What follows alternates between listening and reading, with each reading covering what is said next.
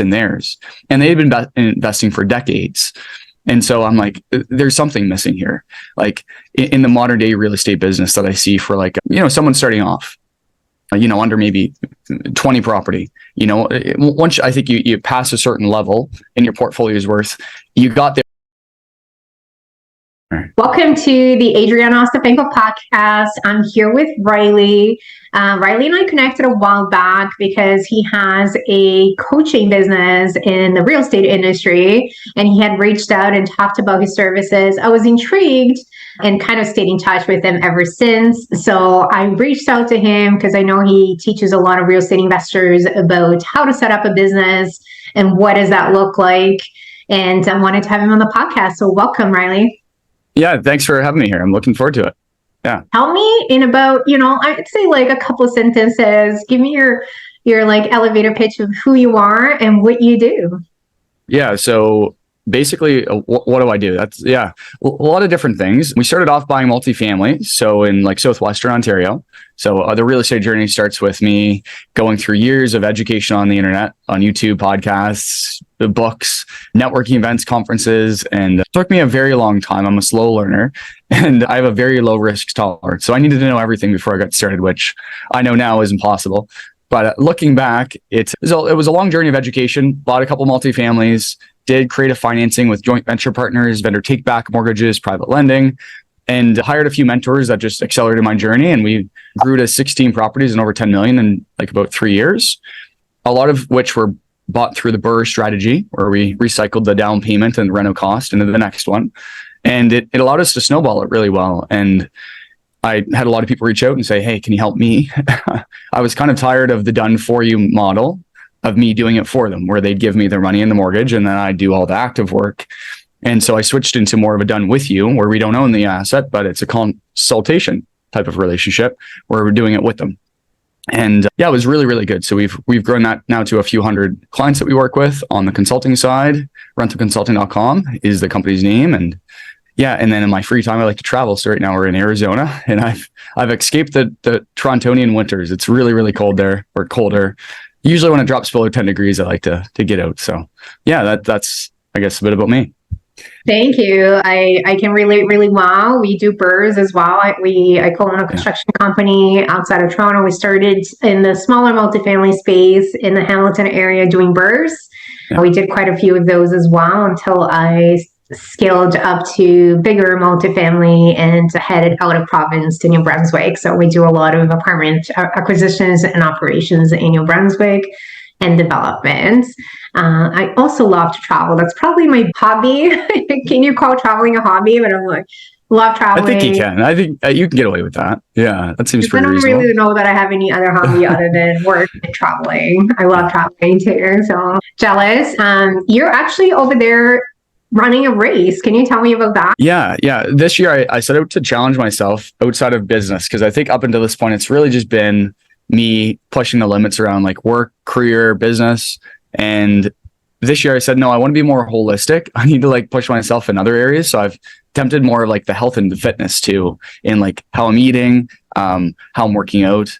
And I realized that the gym was just losing its kind of like, it's like motivation for me. I was just working out for working out, but I know I'm very competitive as a person. So I put a race in front of me the beginning of the year, which was to finish a 21-kilometer obstacle course, which they call the Spartan race. And it usually takes 5 to 6 hours to do. And I'd never ran for more than an hour before this year. And so it was a lot of training, a lot of working out, 4 or 5 days a week. And before that, it was like a day a week. So this challenge really woke me up. I'd be waking up at 6:30 in the morning, working out, doing the work thing. And so now I'm actually in Arizona to do the 21-kilometer Spartan race, because I attempted it back a month and a half ago in really cold conditions in Northern Ontario. It was like 5 degrees and raining. A lot of people had hypothermia. And so I said, I need to finish what I start. I can't just leave it open-ended like this. And the next race was in Arizona. So I've gone from one end of the spectrum with this race of hypothermic, really cold conditions to probably like on the verge of heat stroke, because it'll probably get up to 35 to 40 degrees here the day of the race. So, but yeah, it'll be exciting. That's what I'm doing here though. I honestly, I love that. It says a lot about you. I like the fact that you found a way to keep yourself motivated, because I get it. With the day-to-day to business, you can push yourself really hard, but it doesn't matter what business you're in. Eventually, there's a bit of a plateau, and not that there's anything's going wrong with it. It's just, that's just life. You're just doing that same thing. There's a routine. You've already created your systems. It's just a bit of rinse and repeat. And as entrepreneurs and creators, I find that a lot of us go into a bit of a lull there, because we want to be creating, we want to be growing, we need to be challenged. And doing that physically and mentally is another way to level yourself up, because that brings self-development when you're challenging yourself, something like this. Secondly, kudos to you to doing it again. Like, I love that you tried and learned from that, and you're like, I'm going to do this again and I'm going to finish it. So I love that persistency that you're showing there, because that's also an important piece. Just resiliency and like being able to keep going no matter what, and challenging yourself and knowing that you can do better. Yeah, like it looks good now looking back, but after the race, I was like, I'm never doing this again, and I got all frustrated. Started blaming the race. I said the race was bad conditions. I can't believe they did that to us. The ambulance was called like a half a dozen times that day for the runners, and you kind of go through those phases of whatever, like the phases of, it's not regret, but you know what I'm saying, where you're frustrated and you blame the thing, and then you move on, and then you say, no, this is me. I need to own it. I didn't finish. It had nothing to do with the conditions. And then how do I get redemption is kind of the next thing. So that's why I'm here. Yeah, I love that. And that's why I use the word resiliency, because that's what it does. Like, like kind of, not failed in a bad sense of the word, but didn't complete. And there's so many things you can do with that. To your point, you can just give up. You can blame it on everybody else, which is what a lot of us do as a default setting, is just blame the exterior circumstances for wherever we are in life. And being able to come back to it and be like, well, hold on a second. I have a saying here. I can make a difference here. I can look different if I keep going. And then going for it. So I love that. That says a lot about you. Congratulations there. I'll follow up on Instagram to see the race as well. Yes. I didn't post the last one because I didn't finish. And I said, I'd rather do the victorious story and then show like the ups and the downs than like, something gloomy like I didn't finish today. But I'm sure they'll ideally be a good learning lesson after it. So yes. I actually have some thoughts about that, what you just said. I realized very recently, and I mean, I feel like I always knew, but it came uncovered in terms of the content that I put out, that I don't like showing weakness or showing like a downside of things. I'm a very positive person, and I keep my mind as positive as I can. And part of how I do that is by focusing on the things that are going well, and focusing on like what I can do versus what I can't. And that is reflected in my content. What happened recently was I injured my hands, like a little thing on my right hand. I'm right-handed. So it's been a journey of like healing and recovery here. And I got out of social media. I'm usually posting quite a bit. I do a lot of stories, but I just wasn't there.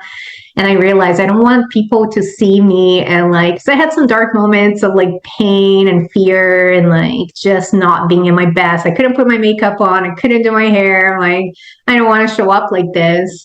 And I guess what I realized there is there's so much power in sharing with people the ups and downs of life. Obviously, it's a little easier to do it, once you've back on the up end, like, oh, I went through this when I was in the downtime.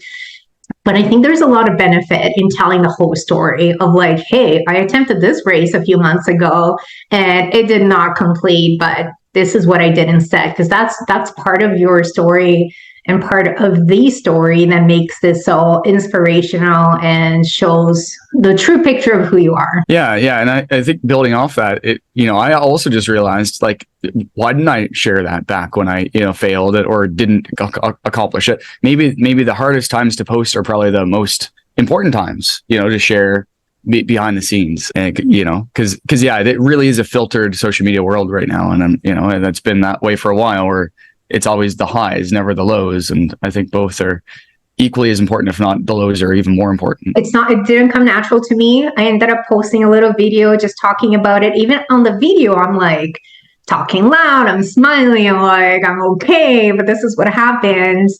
And I got a lot of messages just like, oh, are you okay? Like, how's everything? Like, I'm so sorry. Hope you heal. And even though people were sending good thoughts, I felt I felt shy, and I felt like it was showing weakness. And which is, as you can imagine, for you hearing that, you're probably like, that's silly. I would never think that because your hand is injured. But like for me, that's what it felt like.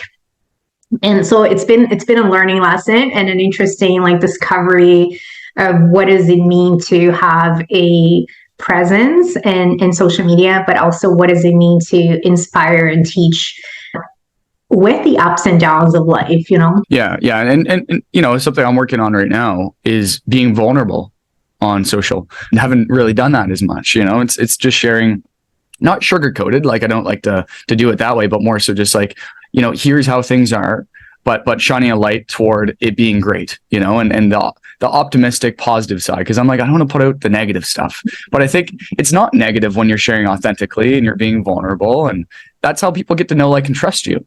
You know, if it's always just that, you know, the positive side in a way, you know, I don't think it's gonna work as well to like have people really get to know you. So yeah, being vulnerable doesn't make it as relatable, right? Yeah. Yes. Not as relatable. Exactly.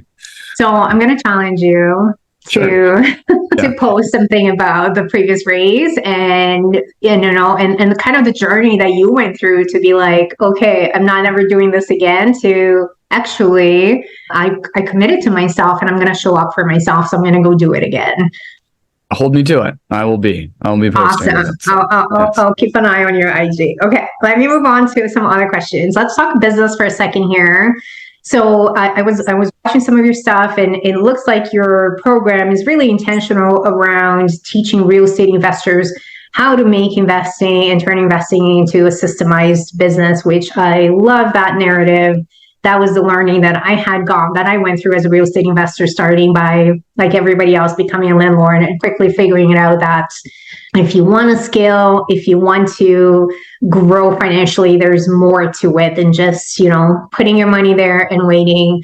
Tell me a little bit about what are the like core things that you teach in your program? Yeah, absolutely. And I think even just giving context too, before digging into like the just based on what you just said around the franchises, the one thing I always think of is the McDonald's franchise. I don't really like their food that much, but I love their winning formula because they figured it out and it works. And it's rare that you'll hear of a McDonald's that is just shut down overnight. So, you know, I don't know if anyone's watched The Founder with Ray Kroc, and, you know, it's always, you know, about like, hey, how he did it and how he grew McDonald's off the brothers. But more so, like, they actually send the general managers, when you own McDonald's as well, to McDonald's University, you know, and they actually send you there and you study all their systems, all their steps, all their processes. And they have it dialed in, you know, in a step-by-step format. So everyone wins. So if you go into McDonald's in Toronto or you go into one in Japan, it might be a similar experience, right? So when you buy McDonald's, they're expensive. They're like $2 million plus if you're in an urban setting, anywhere downtown important. And my background wasn't franchises before I got into real estate. It was a home maintenance company franchise that we had grown with window cleaning, gutter cleaning, pressure washing, just odd jobs that students at university and college could go and help us with. And that was our main type of contractor and employee. And so we grew that. I was overseeing about 25 franchisees across Canada. And coming from that background, it was very methodical, because if you didn't have everything boiled down into like the best, simplest form, an 18, 19, 20-year-old that had never ran a business would never be successful. And so you had to have everything so crystal clear and dumbed down to like a sixth grader being able to understand it, that anyone could get it. Getting into real estate, I had a bunch of coaches, and like, not gonna name any, but very little systems were involved. And it was very just intuition, very like, how does it feel? Like, what should I do now? And it was all in their mind, not on spreadsheets, templates, Google Forms, you know, all of what our systems now in my business didn't exist in theirs. And they had been investing for decades. And so I'm like, there's something missing here.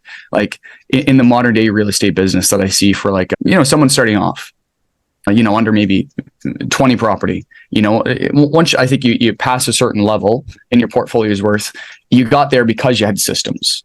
Once you pass the $10 million portfolio level, you didn't get there by yourself because it's not humanly possible. I don't believe anyway. I haven't seen anyone that's been able to do all the tenant communication, all of the maintenance, all of the everything by themselves past 10 million.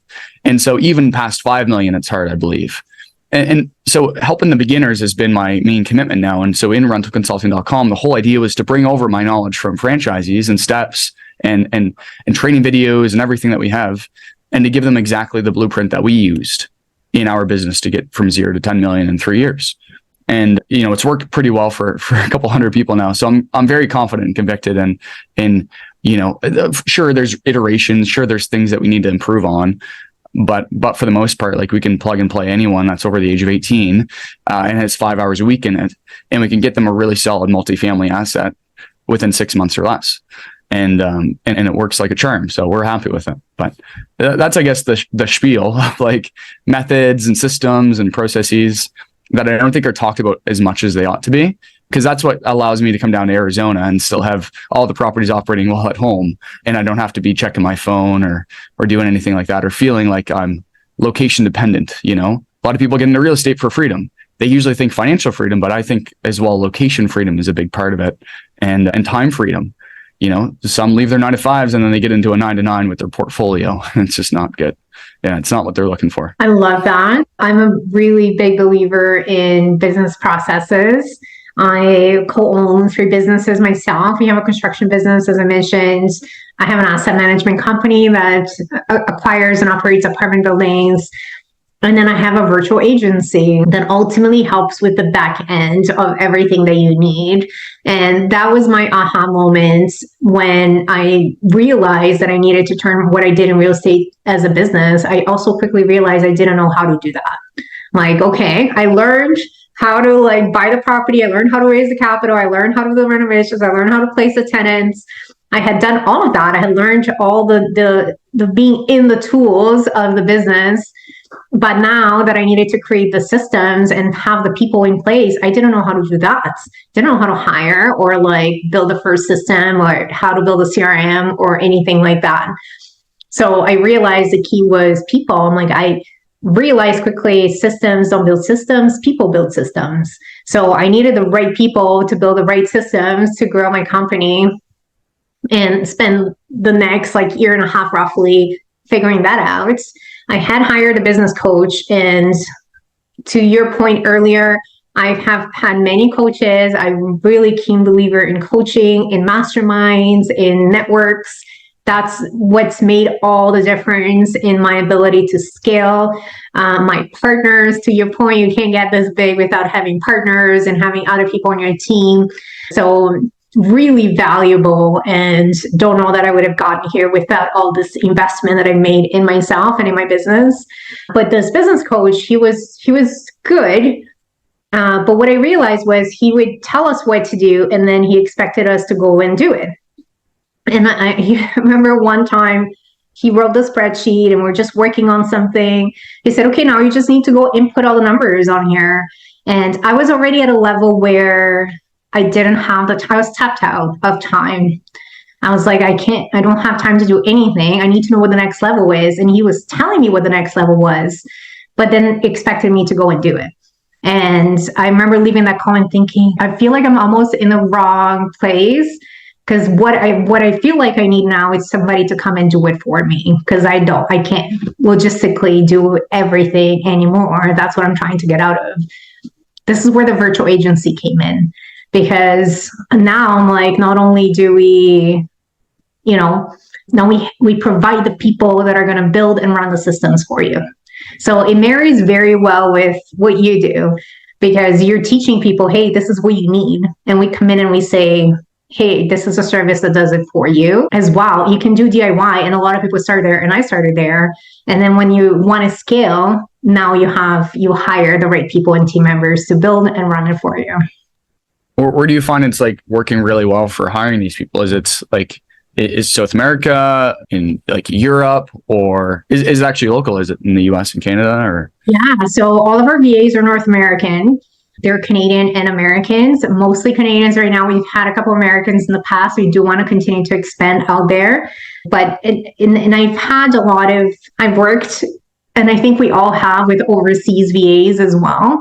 And, they're a bit more affordable, but on the flip side of that, they do require quite a bit of rent and quite a bit of attention. So I wanted to and I tried for quite a while, and I realized, again, I can't scale when I'm having to spend so much of my time explaining and observing and correcting. So I'm like, how do we offer qualified fractional services to small business owners that don't have the budget or the scale to hire somebody full-time, but could use the help and would like to have somebody there that's actually going to bring relief to their business and not add more work? And was kind of the answer, because every VA, these are qualified VAs. They're not necessarily training every single thing in your company, but they're pretty qualified. They're local. They understand the culture. We hire people that are a good fit for what we do. And then you get them a fractional services, and 2-3 businesses will share a VA at the end of the day, where they're implementing systems and processes for you. Yeah, very cool. Very cool. I've used quite a few VAs, and a lot of the people that we have as clients, they also do as well. It just makes a ton of sense. And so, yeah, great. It sounds like an awesome idea. And does that specialize in real estate investors mainly, or is it, and do you train them as well and then place them into the business, or? Yeah, so we are niched in the real estate industry. That's because that's what I know primarily. But we do have other businesses, real estate related. So obviously, because of the construction company, we also support construction businesses. We support real estate investors, but also realtors and mortgage brokers and property managers. So we kind of have that. So far, that's been our scope of businesses that we support. The reason is because we can niche it and we can zoom in and be like, hey, so do we train them? We don't overly train our VAs. What we're more concerned about is hiring the right person for the team that's going to fit within what we do. What we do offer is support. So instead of upfront training, like this is how you would implement a specific system, what we help them do is go into the business and discover what is it that the business needs. Once they're in there, they can come back and say, hey, what the business needs right now is a leasing system, leasing CRM system for their units. Now, we already have some because we work with property management companies. We work Ace Properties. My asset management company has systems built. We can now leverage what we already know and have built to offer to the clients and say, hey, we do have somebody that knows how to build the system within the virtual agency. How about we offer that to our client and see how we can help? That's amazing. Yeah. Awesome. We might have to connect after this. I feel like there is a complementary. I feel like the podcast became about me. Let's turn it around again, just because it's in so much synergy to what you said. Where would you say, in terms of everything that's been happening in real estate lately, where have you seen that real estate investors need, education and help on? Yeah, I would say the main thing right now in Canada, like Canada specifically for investing, it's locating the right areas is the main pain point. Many people are hunting in the wrong areas if they're optimizing on cash flow, which a lot of our clients do. And a lot of the people I speak to, they want to leave their 9-to-5 or have financial freedom, which obviously you need cash flow a lot of the time. And, and then I'm like, well, where are you looking? Where are you fishing? Which pond are you looking in? Toronto, Calgary, Montreal, Vancouver. And it's like, no kidding, you can't find anything. It just isn't working right now. And so, high level numbers, like over 8,000 cities in the country. And out of all the metrics and criteria that we have for analyzing cities, which we have a whole data team to go and extract data, about 36 are still meeting our metrics. Whereas prior, obviously when interest rates were at a historic low, like below 3%, we had over like 100, And so it's definitely like half, if not like a third of what it used to be for the amount of cities that are still crushing it. Because we don't want to get into like the middle of nowhere where there's like 500 people and, overnight, like half the population could leave or something, So because of employers are just slim to none in small communities. So we're usually looking in areas with 50,000 people or more with a steady population growth, low vacancy, low price per unit, but high kind of rental amount based on price per unit. And so there's all these different metrics and criteria that we have. And a lot of people just aren't sure where to look. And I think that's the main challenge is they're buying locally because they live there. which I get. I did that too at the beginning, and many do because it's comfortable. And the more that I work with people, the more I'm realizing like it's just really an illusion of security to buy local because you live there. Because at the end of the day, a lot of our clients and even myself, I don't have to physically go and touch my property every day. Some people do. They want to buy across the street. So when they wake up, they know it's still there. They know their money's still there in the property. But I think the more and more that you can get security and comfort with buying not where you live, the more successful you'll be as an investor, because your options are just going to be so much more broadened. And again, if you're living in one of the major cities, which most Canadians do, you're reducing the amount of options that you have at your disposal. And you might only get a half or a third of the ROI that you'd otherwise have gotten. And rather than getting 1,000 or 2,000 a month in cash flow, you're 1,000 or 2,000 negative a month in cash flow, which is a pretty big deal at scale. I had a client that just came on and had 2 negatively cash flowing assets in Toronto and 8,000 a month out of pocket. Very, very few options with how we pivot and what do you do? Sell at a major loss now or keep bleeding out month to month? And so that's the pain that people are experiencing is, if you buy in the wrong location, you buy the wrong asset at the wrong number, everything else in the business, operations, reducing expenses, increasing income, just becomes that much more needlessly challenging. It's that much harder because you've just bought in the wrong location, you've bought the wrong asset. If you can get those two right, everything else is just so much easier later down the road. And so that's what we've really focused on with people is like, where are we buying and why are we buying there? Not just what are we doing? People catch on trends of Sudbury or Windsor or all these hot areas and they jump on the bandwagon, but they don't know what the reason is. They're just following the herd.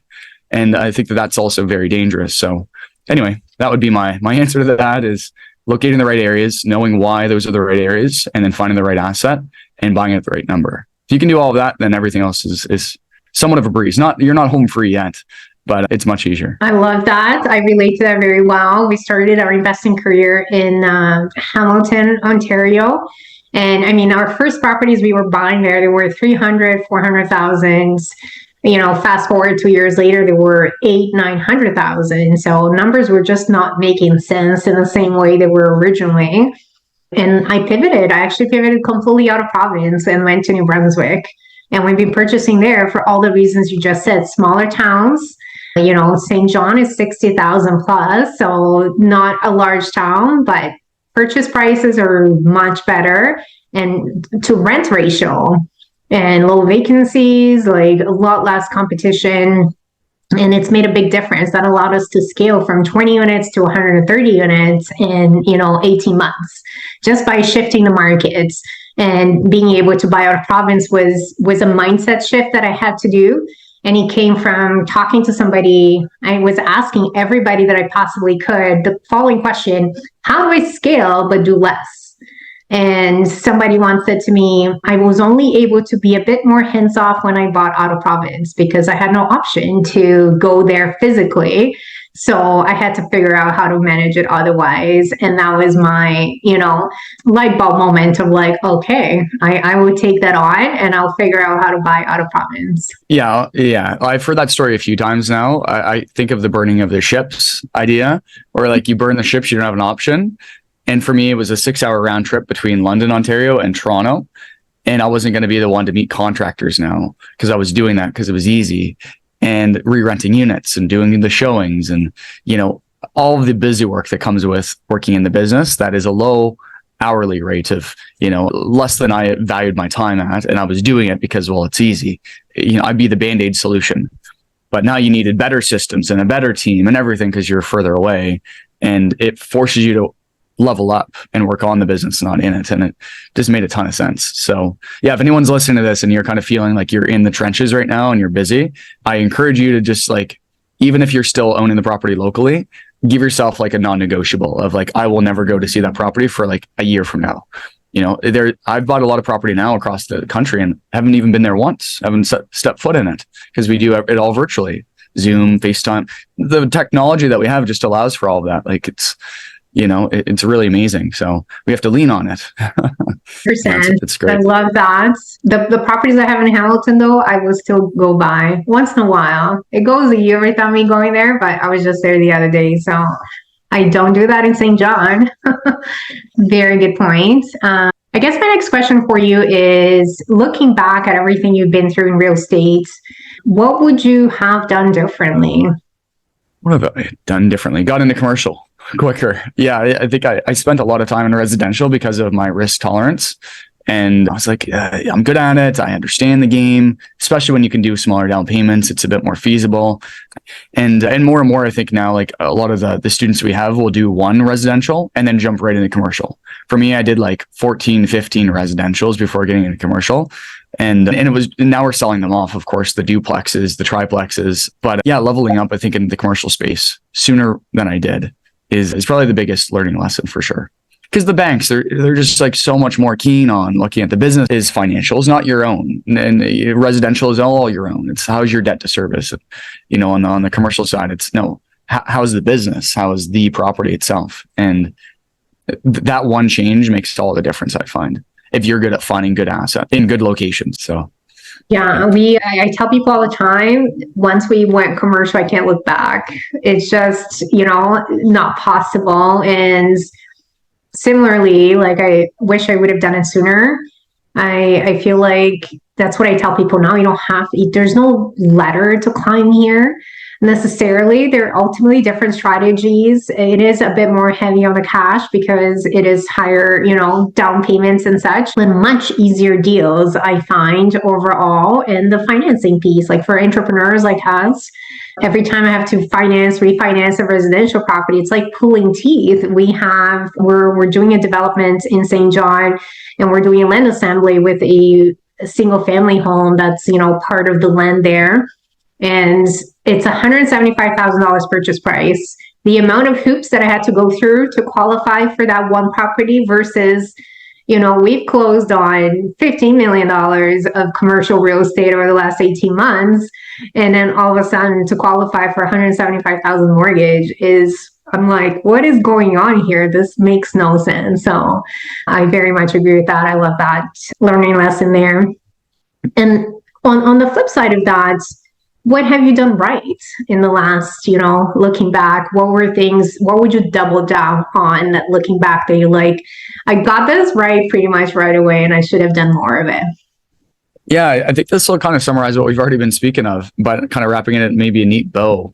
Around 4 properties, I didn't have a life. This was full time for me. I was doing all the property management to keep the cash flow high, all the tenant communication, everything, dealing with maintenance.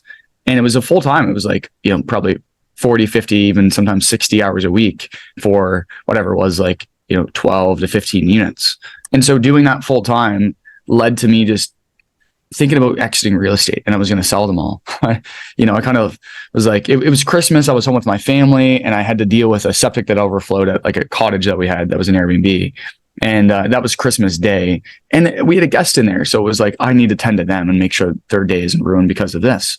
And so calling a septic sucker and like a plumber and a remedy company on Christmas Day and getting them in there is like unheard of. It's just not going to happen. And so I spent half the day making phone calls and just trying to get a hold of someone. And I luckily did get like a neighbor that was that type of plumber and remedy person to go in and help out. But I think that was the breaking point, looking back, with me just saying, I'm either going to sell these things and exit real estate and get into like something even more passive, but lower ROI. I joke now, but like I was thinking Bitcoin, Bitcoin. It's like, no, looking back, I'm so happy I didn't. But, the big shift then was systems, and it was the team. And it was like, all right, well, how do I keep doing this, but have the margins be healthy? And so I created everything that was in my head on training videos, spreadsheets, step-by-steps. And then I hired a virtual assistant. So tying that in, actually in Portugal. So I did Eastern Europe. Luckily for me, it worked out extremely well. And it was $4 an hour. And so I was like, that's insane. That's awesome. Because the relative rate is different in different countries. And now at scale, like save over $20,000 a month in property management fees, because it ends up being about $100 a month for management per property. And I'd be paying over $25,000 right now, because the Airbnbs can be 30% top line revenue for management. It can get really pricey for the Airbnbs. And obviously long terms could be 8 to 10% for management. So I think I did really well there, because a lot of the cash flow would actually be gone now with interest rates going up and some properties being on variable, but the cash flow is still quite abundant because of that one little pivot that we had made. And it allowed me to go from property 4 to property 16 and to still have a life. So I'm working an hour a week now, 30 minutes on a Tuesday and a 30-minute call on Thursdays with my portfolio manager. Shout out to Karen, out of Portugal. And we just jump on a Zoom call for 30 minutes. Half the time we talk about Portuguese wine, but and she's very, very just dialed in, knows her stuff, like on top of the ball, like even more than I think I would be, like, cause I did all the management for a while before she got involved, and she's better than me. So a lot of people think that they're the only person in the world that can do what they do. That's not the case. No, there's someone else. And it's just a matter of finding them and training them and knowing how to manage them and keep them on your team. She's been with me now for 3 or 4 years and had been that springboard to take me from 4 to 16 and give me my time back as well as we scaled. Because the goal is that if I were to go and buy 5 or 10 properties next year, that I'm not working any harder than I am today. And the only way you're going to get that to be the case is with, again, your team and system. So I think that's what I did really well, was realizing that and then creating that separation between where I lived and my properties and just not going there and being the bottleneck in the business, because that's how I felt. So anyway, that'd be the biggest probably pivot that I'd made that just changed everything for me. And that's why I'm so committed to helping others to do the same now too. Yeah, I can feel the passion there. And I also can relate really well why the number one predictor of if somebody that comes to the agency is going to be successful or not is how much control they need to keep of everything. Because my philosophy is, let me find somebody that can do better than I can and let them run with it. I'm not trying to build a system that I'm not the one that's going to be running. I'm going to let somebody that knows what they're doing, or at least has more interest and skill set around the thing that I can't do. Let them figure it out. Let them build it out for me. Let them run it. Let them tell me how to improve it. In the meantime, my job is leadership. So really great skill sets. And it was, again, another mindset shift that I had gone through from doing the things to now becoming a leader, and had to focus on different tasks, different conversations, different, habits to get me there. I love it. So we're approaching the end here. I have two last questions for you. One of them is, are you investing in the US? I'm not investing in the US. No, that's the rave now, isn't it? I think everyone's doing it. And I get it, like when you look at the ratios and everything, it can be much, much better. And I think a lot of people are into that. I'm very much still hedged towards Canada. And, I've thought about the US quite a bit. And, I think I'm really good at investing in Canada. And I think the more that people are running away from the country, the more that I'm even more, the more interested I am in investing here. So even though I'm in Arizona right now, still buying Canada. That's part of my curiosity was, are you checking out properties over there? No. I'm still very much like hedged towards Canada. I don't think I've mastered Canada yet. I think I'm getting pretty darn good at like understanding the country and all the nooks and crannies and the hot spots. And I think until I've completely like mastered the country, I don't think I'm going to go to another country. And I think that's where shiny object syndrome comes in, is people jump from one to another, to a different strategy, to a different property type, to a different location. And they do all that before they've gotten really good at one thing. And so they dilute their focus and they try to cut through like a piece of steel with like a floodlight when they should be using a laser. And I think it just doesn't work. And so for me, at least, that's been the case. Maybe someone out there can do it all and master it all. I'm just trying to master one thing and get really, really good at it. So I joke that I'm a one-trick pony. We just do multifamilies and the BRRRR strategy with other people's money in Canada. And that still seems to be a lot, So anyway, that's what we're doing. Yeah. I love it. Okay, last question for you. If you had the world's attention for 30 seconds, what would you tell everybody? That's a heavy hitter. What would I tell everyone for 30 seconds? I would say, you know what? Like at the end of the day, like we're all going to die. And then this isn't to be morbid, but like you have to live life. And the more I'm realizing that, the more like I want to just share that with people. And I think a lot of people, they get in this dreadful position where they're just not enjoying life and they build up a tolerance to not enjoying it. And so, like just it's kind of like the boiling frog, you can turn up the temperature of the water from cold to hot and the frog will boil alive. But if the frog jumps in when it's boiling, it jumps right out. And I think a lot of people are kind of like that. And I know a lot of people around me were as well, until we kind of just acknowledged like you're not enjoying your life. Scale of 1 to 10, 10 being you love it, 1 being you don't like what you're doing for work. A lot of them are below 5s. I've done hundreds of phone calls to back that data up. And I think just make a move, right? It doesn't have to be drastic and radical, but life begins at the end of your comfort zone. And so get outside of your comfort zone, do the things that challenge you, and you won't regret it. You really won't. So I don't know if that was 30 seconds or less, maybe 40. That was beautiful. I can relate. I don't know, philosophy in life is I aim to live every day at the highest number I can from 1 to 10, because once I look back in my life, I'm going to say, hey, I had a really good life. And all I can do is do that today and in this moment. So being so mindful over my time, my thoughts are, so that I'm having, a pretty good life and enjoying it as much as I can. Yeah, that's beautiful. Amazing. Thank you so much, Riley. I'm really looking forward to seeing how your race goes. I am wishing you the best of luck to getting to that finish line. Congratulations on running it and being out there. Enjoy the weather and the place, and I look forward to connecting with you again soon. All right. Yeah. And thank you for having me on. I really appreciate it. So where can people find you? Sure. Yeah. Like if you're interested in learning about the consulting, rentalconsulting.com. So just type right into Google, rentalconsulting.com. I also have a social media page on Facebook and Insta. So just Riley Oickle Investor on either of those. And yeah, that'll be the best place to get a hold of me. Just send me a DM. Happy to help if you have any questions. Yeah, just reach out there on Instagram. Perfect. Go find Riley. And if you're a landlord that's looking to grow or find some relief in scaling your business, go check him out. Thanks, Riley, again. We'll talk to you soon. All right. Talk to you soon.